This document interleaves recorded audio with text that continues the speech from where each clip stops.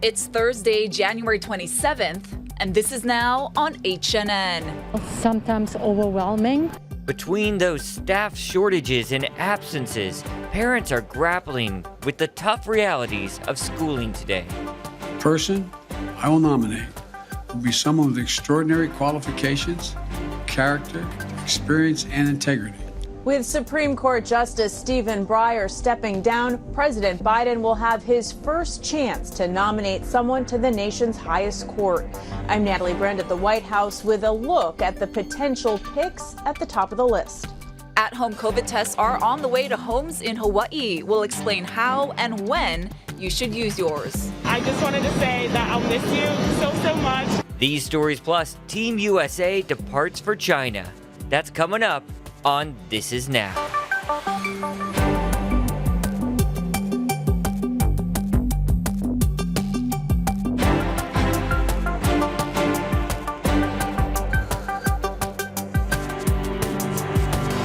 Our Judiciary Committee will operate expeditiously as we have been with all of the other judicial nominees by President Biden.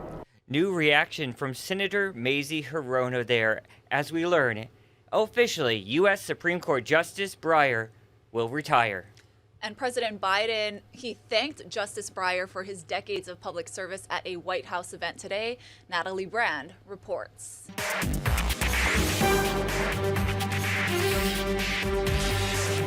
Supreme Court Justice Stephen Breyer joined President Biden at the White House to announce his plans to step down nearly 30 years after then Senator Biden presided over his confirmation hearings. I was proud and grateful to be there at the start of this distinguished career in the Supreme Court, and I'm very proud to be here today on his announcement of his retirement. President Clinton nominated the longtime liberal justice back in 1994.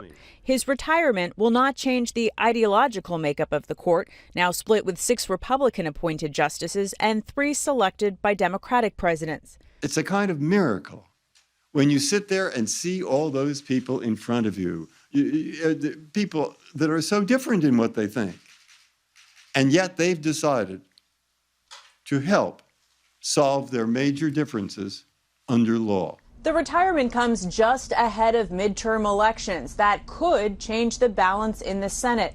And President Biden is expected to fulfill a campaign promise to make an historic choice. That person will be the first black woman ever nominated to the United States Supreme Court. The front runner on the list of potential candidates is 51-year-old federal appeals court judge Ketanji Brown Jackson, who clerked for Justice Breyer. Without a doubt, being a law clerk for Justice Breyer was one of the most rewarding professional experiences of my life. Senate Majority Leader Chuck Schumer says he wants to move quickly on confirming a nominee. He's expected to follow a similar timeline that Republicans used to confirm Justice Amy Coney Barrett in just over a month. Natalie Brandt, CBS News, the White House. And just into our newsroom, new reaction from Senator Mazie Hirono about the nomination process. What I've always looked for in all of the judicial nominees, because these are lifetime appointments, it's someone who can be fair and impartial and not having an ideological axe to grind, which was mainly the kind of nominees that President Trump sent to us, including, by the way, as far as I'm concerned, the 3 Supreme Court nominees, or now justices. What I'm looking for in the Supreme Court is fair even-handedness, an adherence to the rule of law, and the precedent, which, by the way, this court in too often 6-3 decisions reflects their bent toward the right, and therefore it's not the kind of court that I think reflects the diversity of our country, and that is why this nominee is going to be so important. A black woman, about time, past time, and she will reflect the diversity of our court by providing much more diversity to the highest court in our land. Now to the pandemic, the state says 10 more Hawaii residents have died after contracting COVID. The health department is also reporting 2,380 new infections today. The breakdown includes more than 1,400 cases on Oahu. The Big Island and Maui are in the 300s, while Kauai has 161 infections. Lanai is reporting double digits. Meanwhile, at-home tests could play a key role in helping us live with COVID. But when and how to use the tests can be confusing. Casey Lund explains.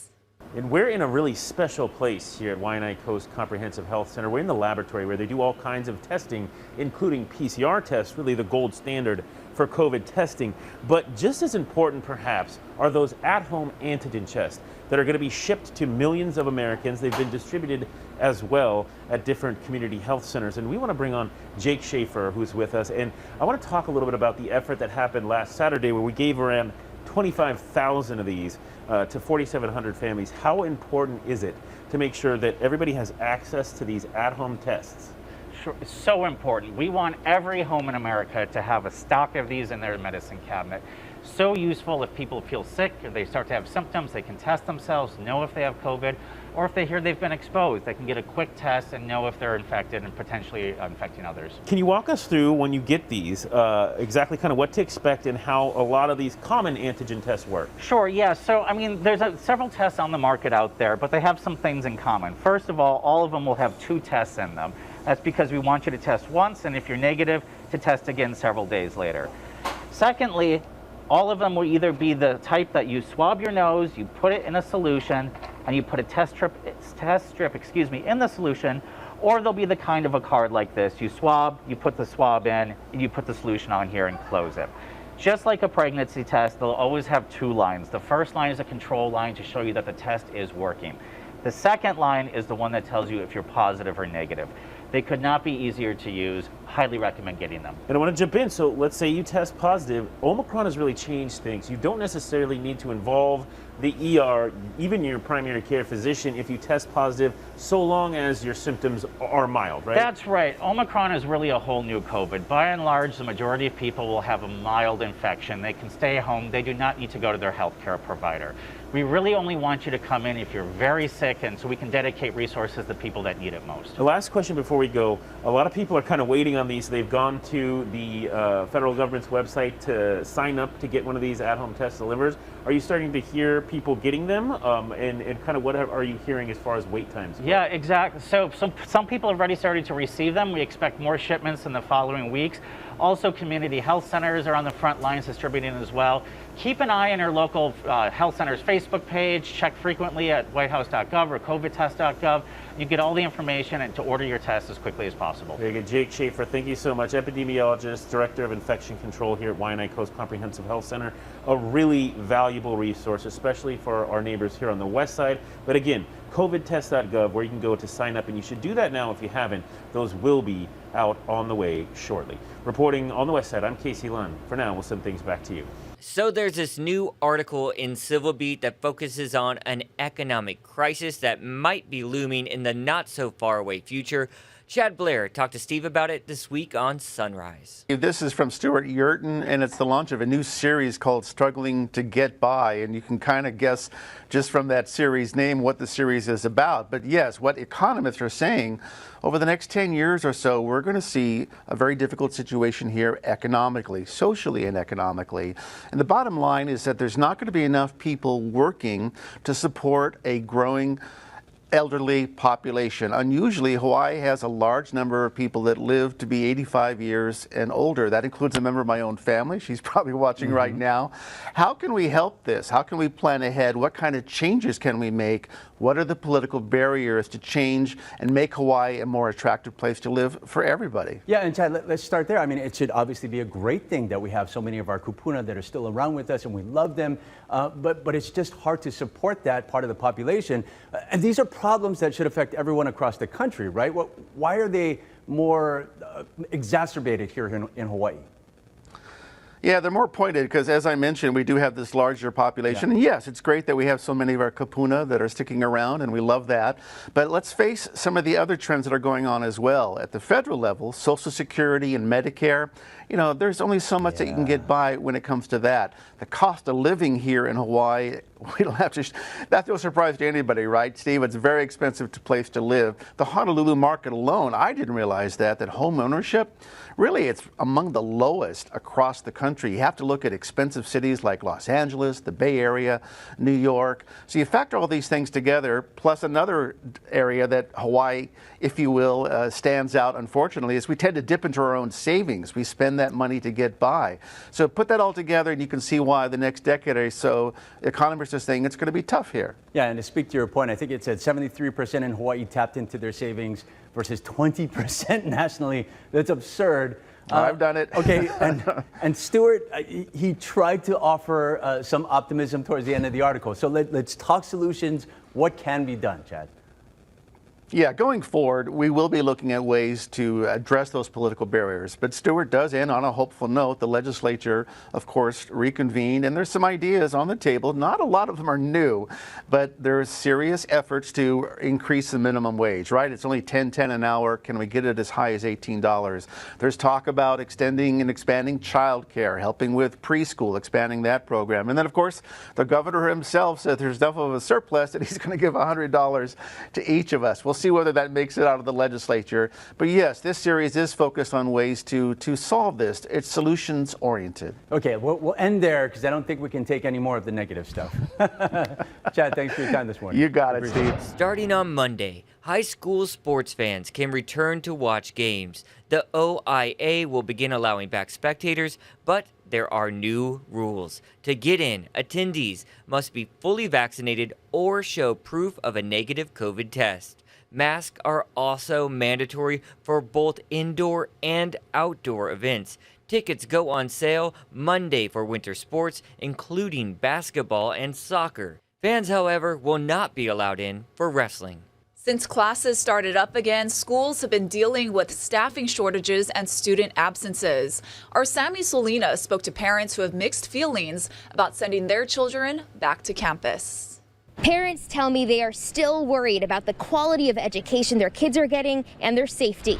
Students at Moanalua Elementary told me they're happy to be back. Yeah, I felt good to see my new teacher. I felt good about coming back. I got to see all my new friends. But some parents say their worries remain. The first couple of weeks were a little emotional, sometimes overwhelming. They were trying to figure out what's coming today, what changes are today. Others are confident the school will keep their kids healthy. I think the school does a good job in keeping them distanced and letting the parents know if there's any problems or situations that come up. Some parents think sending their kids back is too risky. Valerie Miluchnik has a child who is at high risk and doesn't believe all families are taking the situation seriously. If my daughter got sick, we'd have to go to Oahu. But also the lack of testing and the lack of having those at-home tests is a huge concern for us. Kara Flores has also held her kids back home. She's not only worried about safety, but low staffing levels. The quality of education they're getting with so many people absent is pretty low for the risk that we're putting our children in, being so high. Advocates say more needs to be done for students who have to stay at home. I think as more kids are facing quarantine and isolation, we need to really ask, what is the minimum level of support and learning that they're going to receive during those times? Shirley Yamauchi is a Kapolei middle school teacher and a mother. If you can see the reaction in my eyes, it's been, well, how about this? We weren't trained for any of this in college. She says staff members coming to schools are working as hard as they can. Have grace with us. We are humans. Also, we're humans. We have our own families. We're trying our best. Sammy Solina, Hawaii News Now. Thank you so much, Sammy. And check out this video, guys, from Kauai. So firefighters were called to a large house fire in Wailua overnight. The flames broke out on Kihei Road around 9 p.m. Some nearby homes were evacuated at the time as well, but there was no damage to surrounding properties. A neighbor tells us a man and his dog lived in the home that caught fire and were able to escape. Now, crews also said no injuries were reported, and of course, the cause of the blaze is under investigation. All right, let's take you live outside to somewhere different. Can any of you guess where this is? Take me there. Yep, that's a live picture of Sin City, Las Vegas. Looking gorgeous today. Looking pretty nice. I know my parents were just visiting Nevada. They said it was a little cold this week. Let's see what our conditions are like. Here's Billy V, who's filling in for Guy Hoggy.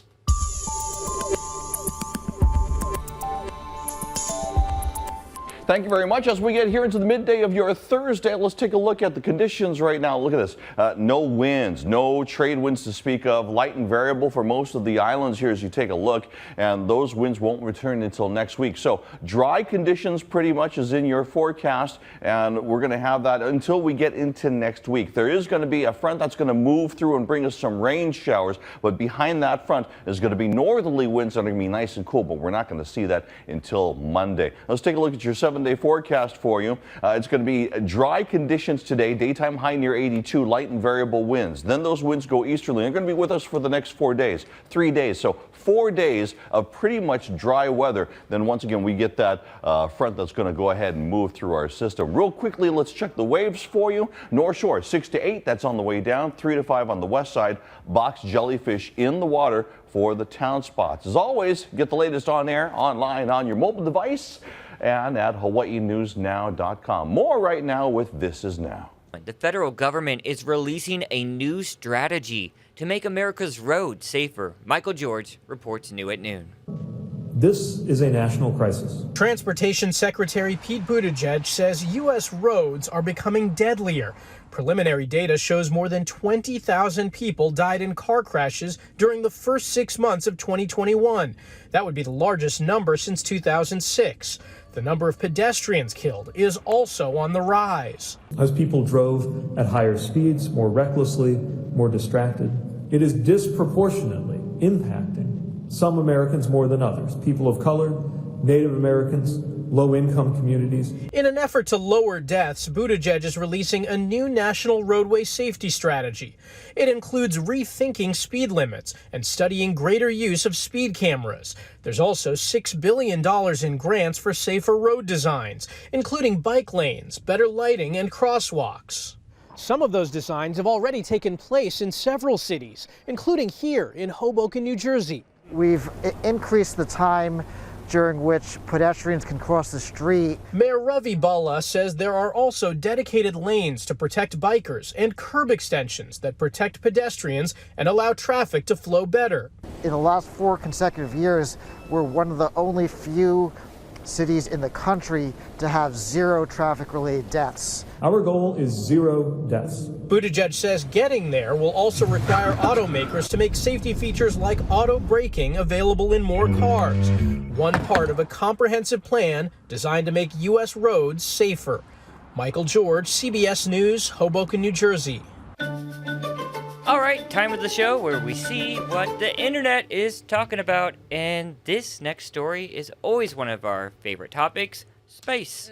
Yep, and this isn't some plot from a blockbuster movie, but a rogue rocket booster is on a collision path for the moon. That's according to space experts. Oh, no. Yep, they say SpaceX Falcon rocket, it was launched in 2015. It's floating around in the outer part of the Earth-Moon system. An independent researcher says, by his calculations, that the rocket part would hit the moon a bit north of its equator on March 4th.